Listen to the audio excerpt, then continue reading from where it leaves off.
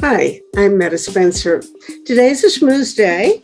Sometimes I can guess what people are going to talk about, but today I really can't because we have enough diversity in our interests so that I can never predict. I cannot today, anyway, predict what we may wind up discussing. A schmooze day is a day when we don't know what we're going to talk about, and we all get acquainted and see what is on our minds. So I have three friends with me here today, none of whom has ever met the others. So David Harries I met as a member of the Canadian Pugrush Group. His main interest in life has to do with foresight, predicting. He doesn't like to predict the future, but he works on trying to understand what we need to do to meet the future. And he's very connected with something called the Security and Sustainability Guide, which he might want to tell us about. But the main thing, I think, in his pleasure in life comes from his identity as a rugby coach. And we might even talk about rugby, I don't know. Anyway, good morning, David. Leon Casals is a professor of criminology at the University of Toronto, visiting professor. And I think his background is especially interested in police corruption. And I don't know whether we have any corrupt police in Toronto, but if we do, he's the man to go to, I'm sure. So good morning, Leon. And we also have here in Toronto, James Simeon, who is a political science professor at York University with a special interest in and is editing books about forced migration and refugees. And he is now the head of McLaughlin College at York University. David, what's on your mind lately, and what would you be interested in talking about if we get around to it? Well, you've mentioned already the Security and Sustainability Guide. This is a operation that's so far privately funded in the United States by two of my colleagues. It's based on the premise that there can be no security that's of any type: human security, state security, biodiversity security, without sustainability. And there will be no sustainability if there isn't acceptable security for it. Mm-hmm. We have a website, which I'll be glad to send to you all. It's an impressive website. The thing that struck me was that you have a list of organizations that you have contacts with that amazingly impressive. I'd love to get your mailing list. We started thinking that in terms of notable international or nationally focused organizations, we'd get 300 or 400, and we're now over 3,000. And of course, with the way the world is these days, there seems to be a dozen popping up every day. And our challenge now is to make sure that we do justice to these people that are on our list and that we're connected with, and also do justice to what I'm calling the polycrisis. We're particularly focused on the sustainability development goals, which we have until to deal with until 2030, and how well we're doing with that. Well, I actually have been on my agenda sometimes have more to do with your project. So we'll come back and talk about that. Leon, let's go on and ask what's on your mind lately. A lot of different things. And one of the things, it's a concept of nuclear winter. Because as far as I know, in the 1960s, it was developed the concept that after the nuclear strike, it is possible so-called nuclear winter. Mm-hmm. However, definitely nobody experimented about that. However, in my mind, is it a real option if someone used a nuclear weapon? Is it a real possibility of nuclear winter, or it's a kind of outdated concept? Okay, I'm sure that David can answer that. James, what's on your mind? I think, like most people, the Russian-Ukrainian war has been on my mind for some time now. It's deeply disturbing. I think it's only one example of many conflicts that are taking place in the world today. Something in the order of about 27 or 30, depending on how you define armed conflict and war. Mhm. And when you look at the numbers of people that are being forcibly displaced on an annual basis, we've now exceeded 100 million people, or 1 in 78 people on the planet who have been forcibly displaced, have been forced to flee, not exclusively because of war or armed conflict, but that has been one of the primary or principal causes for displacement.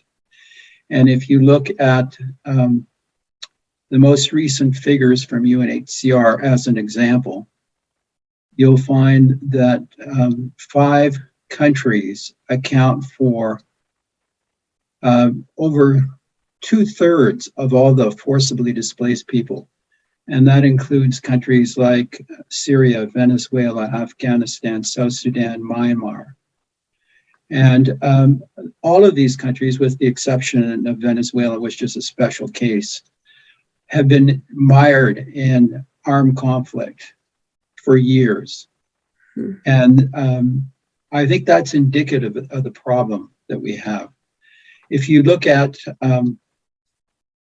the situation in the world before the Ukrainian war, there were something like 89.3 million people that were displaced at the end of 2021. And with the war in Ukraine, of course, the numbers have increased. There are about 14 million people that have been forcibly displaced as a result of that war. So we're well over 100 million people that are now forcibly displaced in the world. And the number has actually doubled in the last 10 years. And the number of people that are being forcibly displaced is increasing year over year. So my concern is, how can we resolve these wars and armed conflicts? Because what it's doing, obviously, is it's not only killing hundreds of thousands of people every year, but it's forcibly displacing more and more people every year. And this is just, I think, an untenable situation. It's just the amount of misery and suffering and death that the world has experienced is, it's just morally repugnant to me. And that's something that's really troubled me. Yeah. How can we, and I was really encouraged by David's comments in terms of security and sustainability. How can we actually achieve a sustainable peace? But I think it's an existential risk, actually, to humanity if we cannot resolve our differences in a peaceful way. We really have to do something to end war as a means of resolving conflict. Well, you pretty much set the agenda for us. Let's see if within the next 45 minutes we can end war. Who wants to take a crack at it first? Thank you so much, James. Well, you remember when the UN was formed, there were 51 nations. So in effect, there were borders of 51 nations. Now we've got 193 plus a host of others. How many borders are there where people are forced to cross, which is a massively complicated, I mean, even mathematically, it's massively complicated. Mm-hmm. But of course, being displaced, where do you go? Where do you go where you are not at least as threatened? And how can we make, for the time being, that displacement less threatening for the people who are displaced? That's one of the things that worries me. I've spent considerable time involved in the Nagorno-Karabakh issue. Oh, I didn't know that. Where Here we have a part of one country in another country, and those countries are at war with each other. Mhm. We have a number of these sort of pseudo states. So are you displaced when you're sent out, moved out, whether it's hunger, famine, heat, from that state to another state? Is that displacement? And with, as James says, 100 million, what's the first priority type of displacement? So I'm truly, truly conflicted. I agree this is an existential problem. Mhm. An existential problem. Okay, may I suggest how we do this? I think that Leon is only one of you who's posed a question that can be answered definitively. And that is, there's a real answer to the updating of whether or not nuclear winter theory is a realistic projection.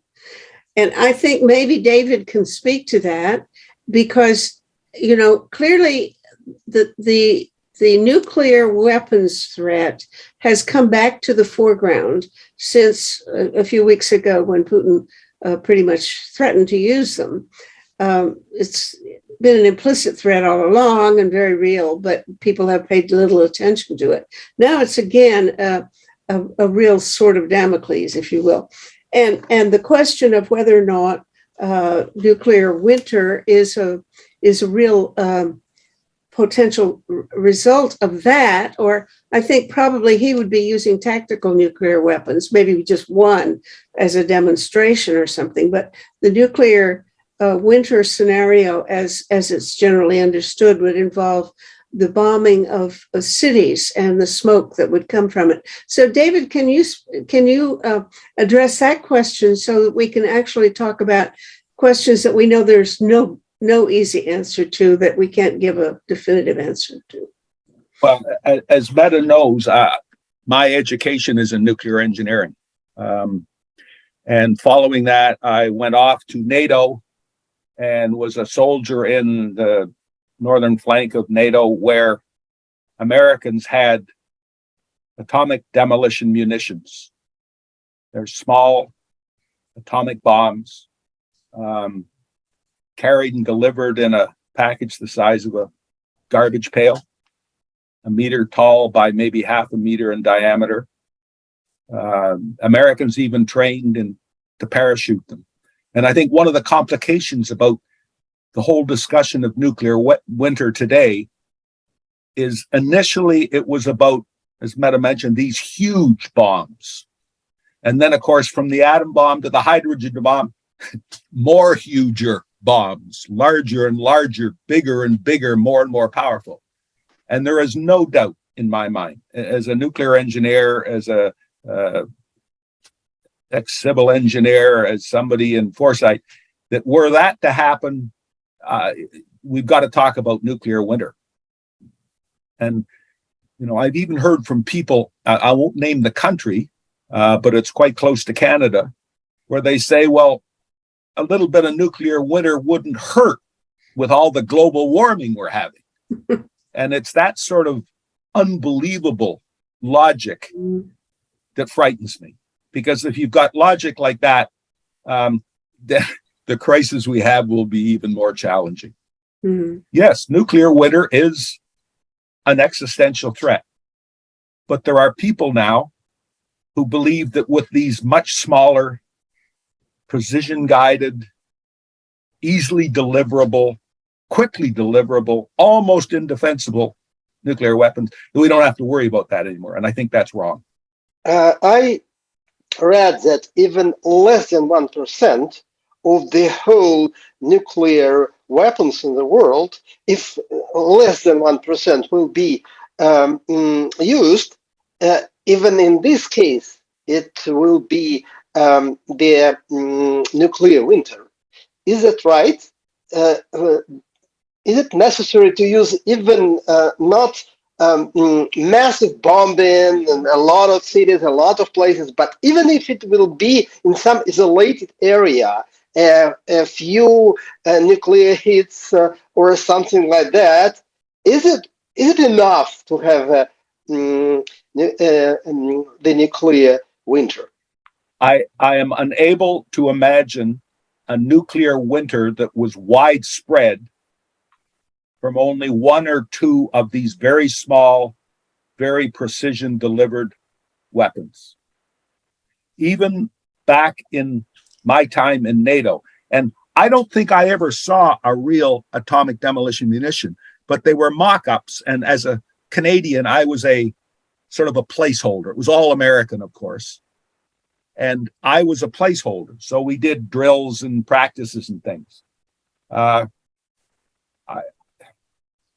Even then, when they were in effect hand placed, drove out in jeeps up against the Iron Curtain and laid them near our minefields where we thought if we didn't get enough mines in, the thousands of tanks would come to us. I guess even today, I can't see that being a threat for a global nuclear winter. But anytime something as horrific as a nuclear weapon is deliberately exploded against somebody else, there must be a threat of escalation. There must be the possibility of escalation because people are frightened, uncertain, and therefore it's in the escalation scenario. I think that this is still a very, very real threat. Well, David, I think both of you are right in that what Leon is referring to is that the original scenario for nuclear winter had to do with the notion of the kind of, it wasn't a matter of how many, because I think that somebody said just 100 nuclear bombs. Well, I don't know how big they had to be, but the point is they had to be on cities because cities were what was then being thought of as a likely target in a nuclear war, and the exchange of nuclear weapons across several cities, such as the classic example is between India and Pakistan. It would only take 100 of them to set enough fires so that the smoke from the burning cities would cause the sun to be blotted out for a decade or so, and therefore crops would freeze. We wouldn't have food for at least the northern half of the globe. Now, so when you say tactical or small nuclear weapons precisely targeted, that means a battlefield nuclear weapon, and it's not going to start a big conflagration with smoke. It's going to be, I don't know, aimed to kill people, and maybe that's all. Am I right? I think there is a huge difference in context between a hydrogen bomb of many megatons. And I don't think there's any such thing as a tactical nuclear weapon. Once a nuclear weapon is deliberately exploded, it is strategic because that becomes a strategic issue all over the world. And therefore, I wish we'd never use the word tactical. Small. And I can't imagine these days with some of these very, very small, much smaller than some conventional weapons in terms of explosive capacity would relate to nuclear winter. Okay. But it's the uncertainty that a deliberate act with a nuclear weapon of any size could cause, and people hate being uncertain, especially if they think their survival's at stake. And therefore, who knows what's next nuclear-wise? Does that answer you, Leon, or do you? Yeah, I get the point. I think it's a very good answer in terms that it's not a technical issue. It's a problem of military strategic and political issue that the consequences of the use of the nuclear weapon, it's the new situation in the world, in the world relations and international relations, and the behavior of military and political forces unpredictable. So it means that actually we will find ourselves in totally new situation after that. Even it will be isolated and not technically dangerous as we expected.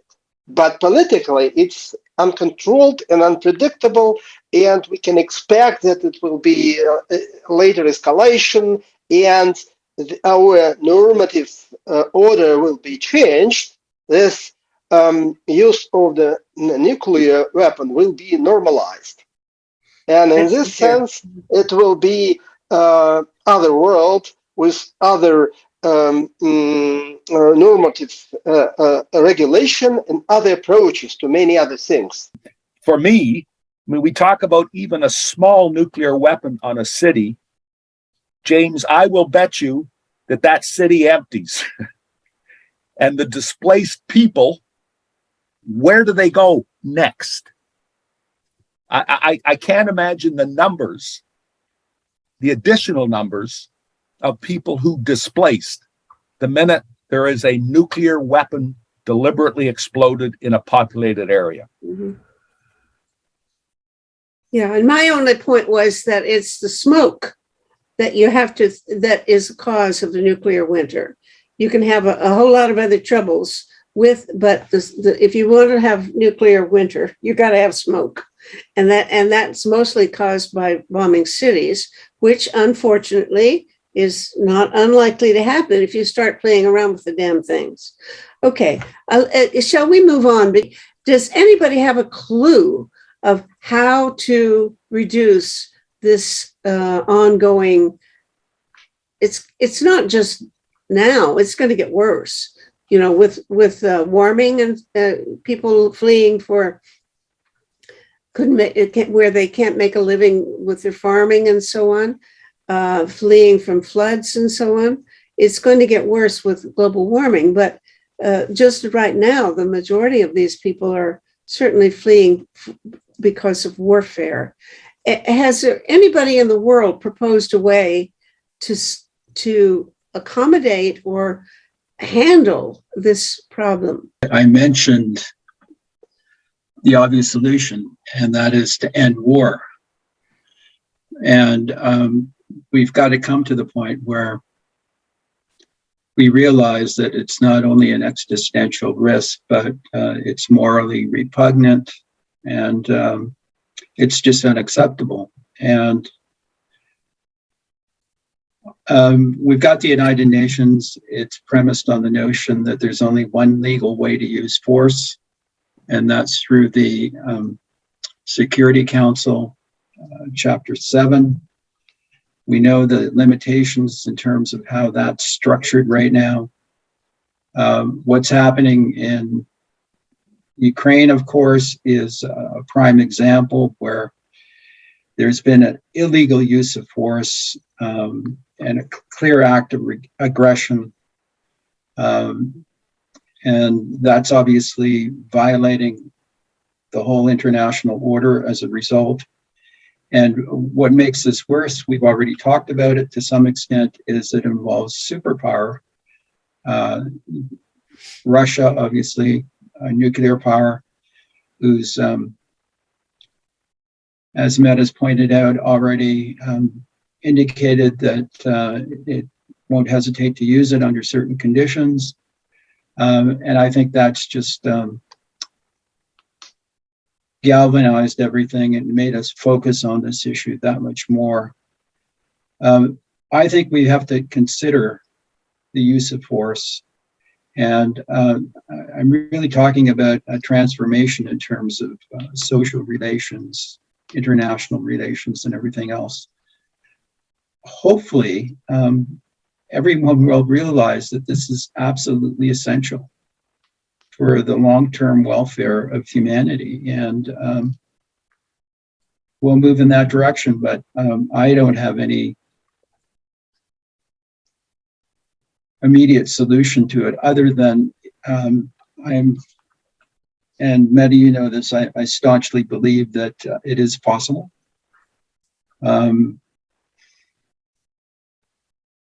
Many people thought that it would be impossible to actually develop an aircraft and fly. In fact, the Wright brothers, when they were developing their flyer, Wilbur Wright said that it would be 100,000 years before man would be able to fly. And then, of course, in 1903, they developed their flyer, and the rest is history. And in a very rapid period of time, 50 years, we now have jet travel, which is very common. So I don't think it's impossible. Our societies are geared in terms of security on the military end and focused on that and developing that. But we haven't really done an equivalent in terms of developing a sustainable peace. And I'm hopeful that a broader movement will develop worldwide that will move us in that particular direction. But it's, I don't think it's an impossible task. I think it's something like 2/3 of the world that's under authoritarian systems of government and not under true democracies. I think that compounds the problem. I think what also further compounds the problem is the military-industrial complex. I think what further compounds the problem is that international organized crime benefits from the current state of affairs. They want to see more and more people being forcibly displaced because they profit from this in terms of smuggling and trafficking of humans. I think the illegal arms trade benefits from this. They make huge profits from the sale of arms for rebel groups and others that are opposed to government systems. Human trafficking and smuggling is a huge industry. So the three principal international organized crimes benefit from the current status quo in terms of wars and protracted armed conflicts. I guess I'll just leave it at that, Meta. I think what we have to do is we have to concentrate our efforts in terms of addressing the complexity of the problem and engaging it in the same sort of way that states have engaged in terms of developing the atomic bomb with the Manhattan Project. Millions of dollars, thousands, if not hundreds of thousands of people working on that problem to develop the atomic bomb. It was an organizational challenge that was met by the United States, obviously with the support of very intelligent people working on the problem, and they developed it. I think if that kind of effort was put into looking at developing a system to organize a sustainable peace, we can accomplish that. Jane, you just laid out the reason that I am committed to strategic foresight, to looking ahead without being burdened by having to worry about my big problems today. We've got to get ahead of what's happening. I remember my foresight lectures, my foresight seminars. I have a slide with 7 or 8 predictions from great men. The head of Warner Brothers said there will never be a market for movies in which the actors speak. The head of IBM at the beginning said there won't be a market for more than 10 computers in homes. It's all big computers. Henry Ford said there will never be a big market for cars. These people were pretty highly respected, but they just weren't looking ahead. And that's why the worst days in my life were because I didn't do foresight, whether it was during my time as the head engineer for the UN in the former Yugoslavia, whether it was in Cyprus during the invasion. If I just spent 5 minutes of my previous day thinking what might happen and what I'd have to do, I wouldn't have been so shocked, so surprised, and in some cases, bluntly, so physically damaged by this. One of the words you didn't use here was leadership. As you know, Freedom House has, for the last 16 years, I think it's 16 now, pointed out that democracy is in decline. They've been very specific about this. It's in numbers, it's in philosophy, it's in effect. And think of all the things that you named, we've named today, that are underway, that are because a leader decided this was going to happen. A leader, one person. Not very democratically, certainly not very humanely, very in terms of massive costs. But the whole issue of leadership is challenging us right now. And I can think of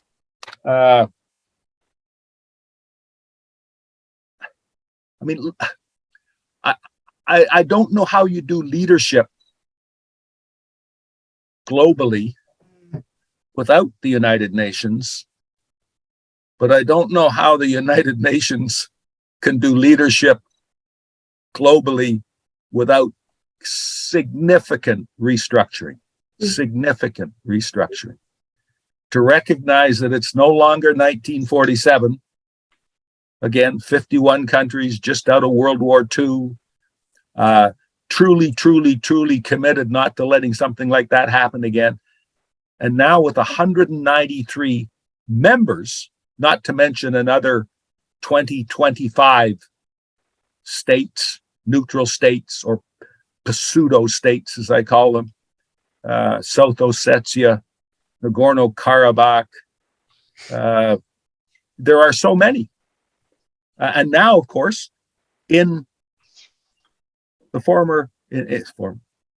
Freudian slip, in Ukraine, the Donbass and Luhansk, who or what are they in terms of the international community?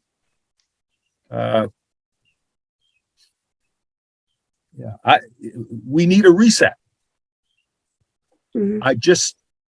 But I think if there's a reset, it's got to start somewhere. And probably my most visceral worry is I don't know where it will start. I don't know how we'll be able to respond.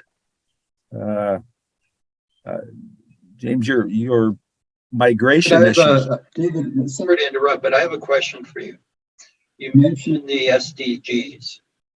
Yes. And the goal of 2030 of achieving all of those wonderful 17 SDGs have been outlined by the United Nations.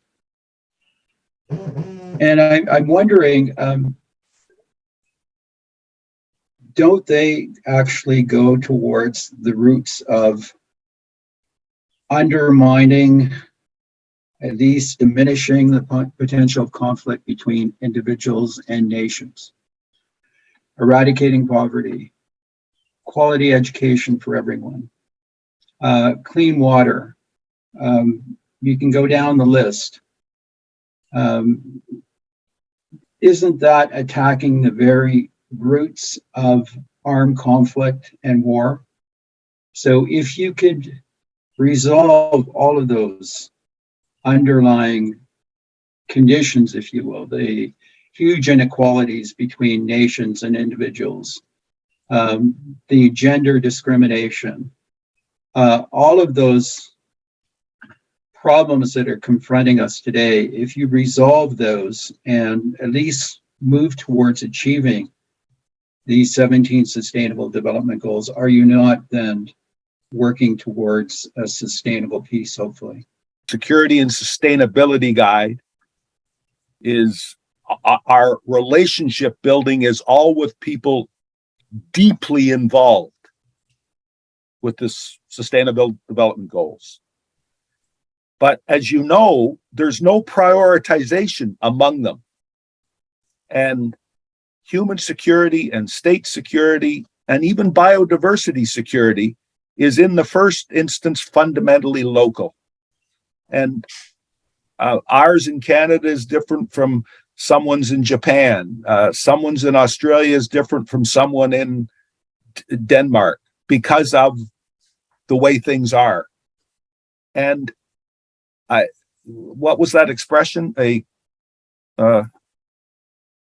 camel is a horse built by a committee, or something like that. We have to have some prioritization here. I've just written an article for the World Academy of Art and Science in which I'm calling for an Undersecretary General at the UN for the Sustainable Development Goals. Because, and I am involved in this almost every other day, there is only a directorate at the UN right now, DESA, Department of Economic and Social Affairs, that is involved with the Sustainable Development Goals, and they do reports and other things, but it's a directorate.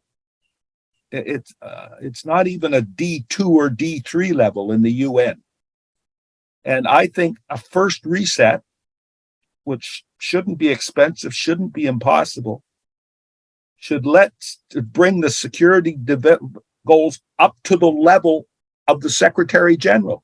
I mean, he's made many comments about it, but he's also made comments about other things like migration, like climate change, like international crime. But the Sustainable Development Goals have only 8 years left to be accomplished. We got to get them up higher. We got to get them to a place where there's a champion. Can I challenge you a bit, David? Because, I mean, what you said a minute ago was one leader can mess up the whole thing. Let's take Putin. Now, he was not acting on any rational grounds whatever. You cannot say that there was any real reason that any of the sustainable development projects in his country had been weakened and failing, and therefore he needed to bolster them by attacking Ukraine. There's no connection. He's acting irrationally. But a leader who's in command of a nation state and its military can do things that the rest of the world would find appalling, and absolutely we can't stop him. So the priority has to be, how do you enforce the law? International law says you do not attack your neighboring country or any other country. So that's international law, but there is no international police force. And in fact, we don't want an international police force for a good reason. That is, when you have a police force that's big enough to do the job, it's going to be too big for anybody to control and too strong for anybody, any civilians or any other force to control. The ancient question of who's going to guard the guards. Well, we're facing that now. We do not have any way to stop a country like Russia, which is attacking Ukraine illegally, and enforce laws against international aggression. That has to be top priority. Then if we can handle that, we can get them off our backs enough to be able to attack the other problems that are so important, all of the Sustainable Development Goals, of which both nuclear disarmament and climate change are probably the worst threats. So my question is, does anybody have a scheme for how to actually enforce international law when it's being challenged or threatened or violated by a country that's actually creating a war? That's the immediate question.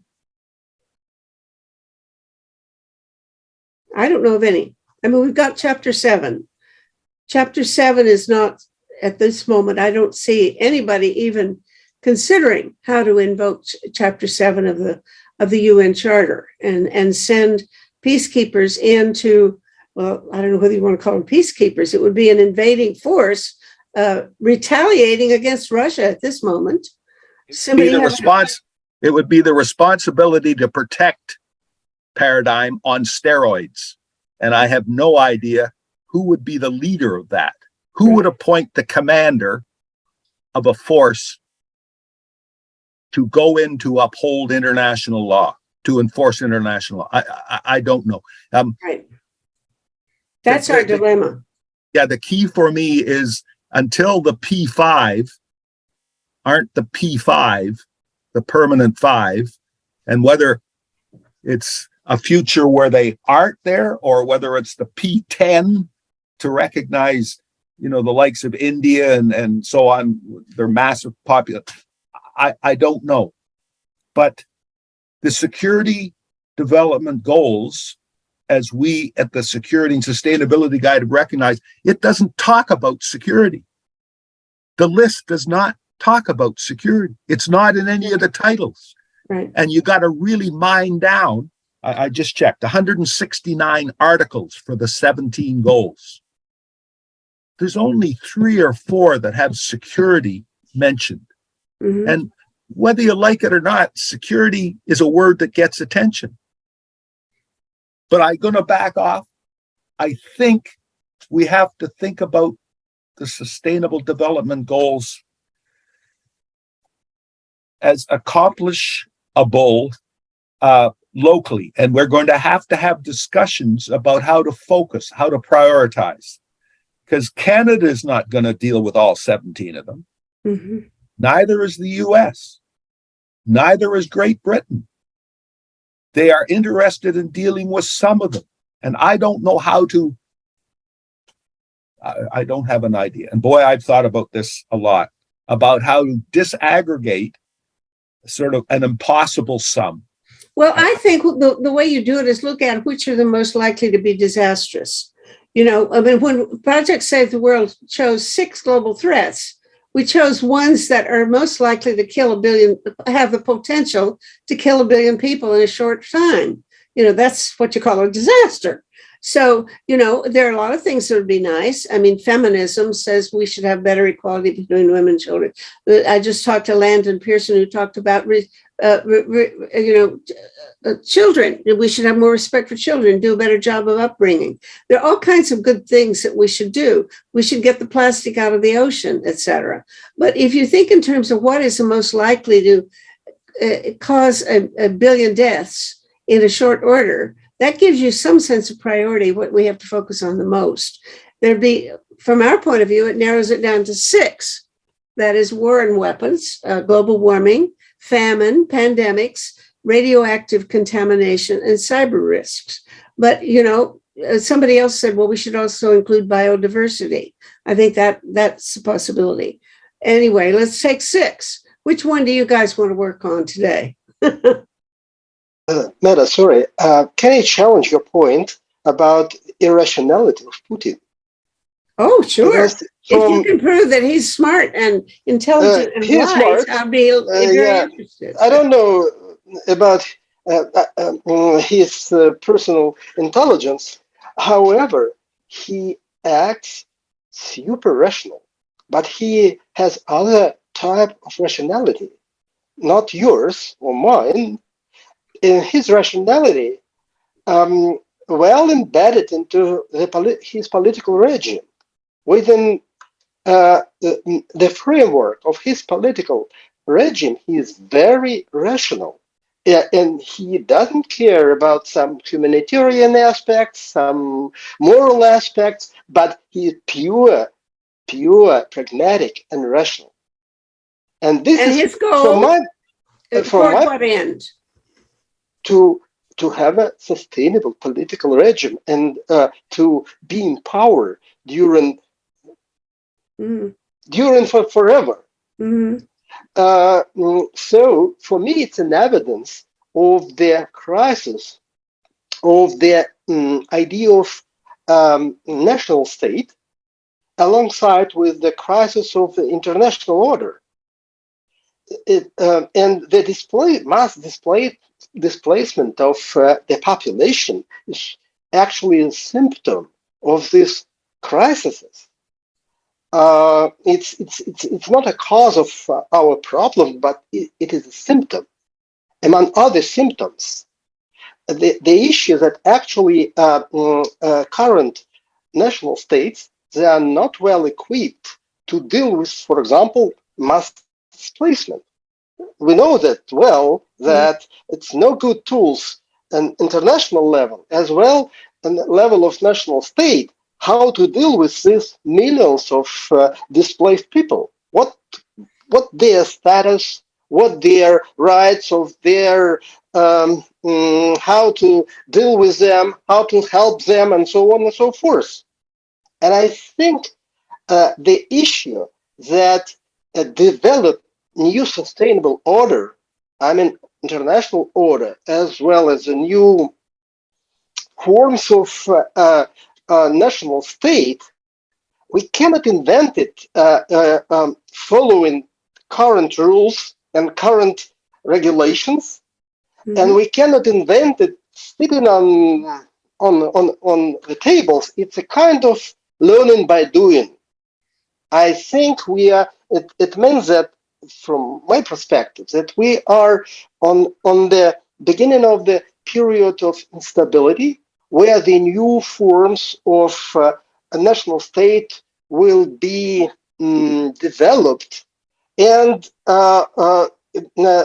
David mentioned so-called pseudo national states. We have actually hundreds of various types of this so-called actors, right? They're a kind of actors, but what kind of actors? It's unclear, because one type in Kosovo, other types in Nagorno-Karabakh, the third types in somewhere in Africa, and so on and so forth. So we cannot now have a template how we deal with that and how we reorganize them. It should be after the period of experiential learning for international community and for the leaders, because of course we have a crisis of leadership. Just a minute, Leon. I think that contradicts what David's point was, that you better think ahead. In other words, what you're saying, we have to just try it out, and as we experience it, maybe we can figure it out as we go along. Well, I think he's got a better point, that it's smart if you look ahead, and we should be doing it now. We should be figuring out. Oh yeah. We try to do that. Yeah, of course. Right. But the issue that we cannot, no leader or no entity can predict it and then develop a elaborated map how to deal with that, the stages, and so on and so forth. Unfortunately, it's much more chaotic and unpredictable. Of course, we try to do our best to foresee and to act rationally for good. However, we should aware that our capacities are limited. Leonid, I think we're saying the same thing in a different way. And let me take you back to something that was attributed to Einstein, the definition of insanity. Doing the same thing over and over again and expecting a different result. We are locked into ways of doing things that we are unable or unwilling to move on from. And frankly, I don't care if we do or don't, but we have to recognize that so much has changed, is changing, will change, that we have to get ahead. Remember the old statement, democracies don't go to war against each other. Well, everybody says they're a democracy. Remember the other thing, countries that trade with each other don't go to, or are unlikely to go to war with each other. I don't think that holds anymore. And your point about taking care of people who are displaced, who are desperate. It was only 10 years ago we didn't have 500,000 person refugee camps. Well, I don't call them, I guess, displacement camps. I visited Dadaab in Kenya, when it had about 60,000 people in it. I've seen, pictures of it, Jane? Somebody said it's approaching 1 million now. And that's not even, this is a terrible way to compare things, in one of the serious conflict areas of the world. That is one of the top ones. One of the reasons why these dictators are undertaking aggression, it may be rational in the sense that they know they can get away with it. Mhm. That in 2014, he moved into the Crimea. He's moved into Donbass. What's happened? If you look at other parts of the world, Chechnya, he moved into there. He assumed that he could move into the Ukraine and take it over, and there'd be very little reaction either from NATO or other places. I think people have to be held accountable for their actions. Mhm. And what's happening in the Ukraine right now is clearly crimes against humanity, clearly war crimes. They say it's genocide. It probably is genocide if you look at the definition in terms of the convention itself. People have to be held account for their actions. And when the so-called leaders in all of the countries realize that their decisions are going to be measured and they're going to be held accountable for their actions, then there may be, hopefully, they'll think twice about using illegal force, not in self-defense, but for whatever broader grand purpose that they have in mind. So I think that's part of the problem. I think part of the problem is right now, there are too many leaders in the world and countries around the world that know that they can exercise force to gain whatever they want, and they're going to be able to get away with it. So let's go back to the question I wanted to pose as a way to focus the issue. Finding adequate means of enforcing international law, and especially the international law that prohibits aggression or attacking another country. Now, that if we have a proper, I don't want to say police force, because I have as much anxiety about having a superhuman force looking after the rest of the world and making us, the possibility of a world totalitarianism is very, I can't dismiss that at all. But we have no way of enforcing international law at that level. And until we have a way of saying, if you cross the border into Ukraine with those tanks, we're going to come and get you, and we're going to put you on trial, and we're going to make sure that you are sentenced to life in prison. That's the only way to stop it. Well, how we're going to do that? At some point in time, I think there will be indictments. We have an international criminal court. We can establish a special court.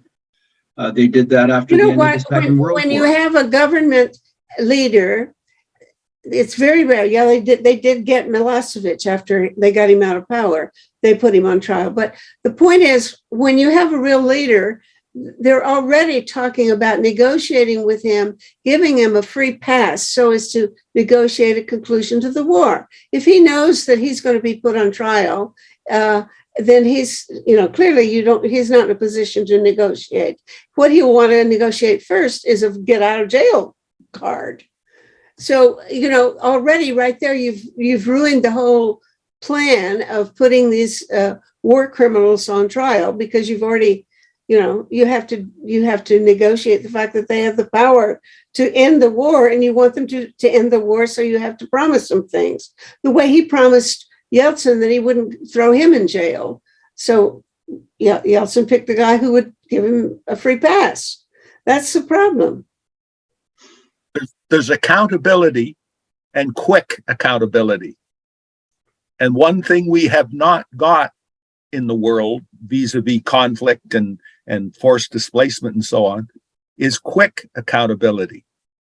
There is no doubt in the world today that a group of well-meaning, rational as we understand it, people can put together a statement that if this war ends, if there is a way to bring these people, this person that person into court, he or she will be subject to the full arm of all the laws that exist. But we don't even have that. Mm-hmm. Some people that I have been connected with will say, well, that's sanctions. They've done bad things and we've sanctioned them. The type of leaders we're talking about, the sanctions don't hurt them. And when you look at Russia right now, they're gaining a windfall. Their banks getting richer and richer and richer as the price of oil and all these things go up, and other people who don't want to freeze in the dark because their civil society refuses to accept something like that. This is going to go on. So sanctions, they're part of accountability, but we gotta, I think, I don't know how to do this intellectually. I'm not smart enough. The different levels of accountability. And we have to decide where we are today and how we march up the chain to the point at which somebody, the local police, go and take this person and bring him in, charge him and bring him into court for the court case. That's out in the distance. But we have to start somewhere. I like that. I want to suggest to David and others that maybe included in the Sustainable Development Goals is maybe a goal in terms of creating a system of accountability to hold perpetrators of acts of aggression, crimes against humanity, genocide, and war crimes held to account. I agree. Great. And Leon, maybe you should have the last word. Not the last word, but a couple of words. I agree about the importance of the problem of accountability, but traditional mechanisms of accountability not so good for the states and for the leaders.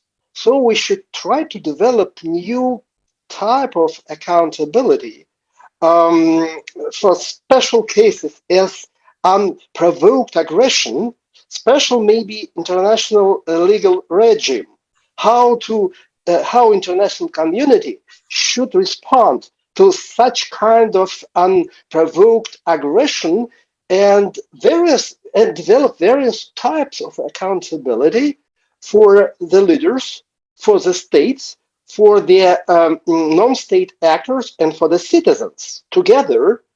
As a quick response, I agree, David, that it's very important to act quickly because it's very important part of the story, this urgency. So I think maybe it's one of the major tasks for international community to try to develop this new type of mechanism of accountability for such special cases as unprovoked aggression. Okay. Well, you did have the last word. Time's up. This has been fun. It's not really, I don't know how to use the word fun. I enjoy these events, but they're not exactly fun. Anyway, I appreciate your contributions and really carry on, guys. Thank you so much. Have a great day. Nice to meet you all. Thank you. Thank you so much. Thank you, everyone. And thank you very much, Meta, for holding these. Bye. Absolutely. Thank you. Take Project Save the World produces one of these shows 3 days a week and sometimes more. This is episode number 466. You can watch them or listen to them as audio podcasts on our website, tosavetheworld.ca. Eventually, we post the transcripts there. When you get there, look around because we have conversations going on there about 6 global issues, plus potential reforms in governance, economics, and civil society. To find a particular talk show, enter its title or episode number in the search bar, or the name of one of the guest speakers. After you've watched or listened, scroll down and share your own thoughts about the show. Project Save the World also produces a quarterly online publication, Peace Magazine. You can buy a single copy or subscribe for $20 Canadian per year through PressReader. Just go to pressreader.com on your browser, and in the search bar, enter the word peace. You'll see the cover of the current issue and buttons to click to subscribe.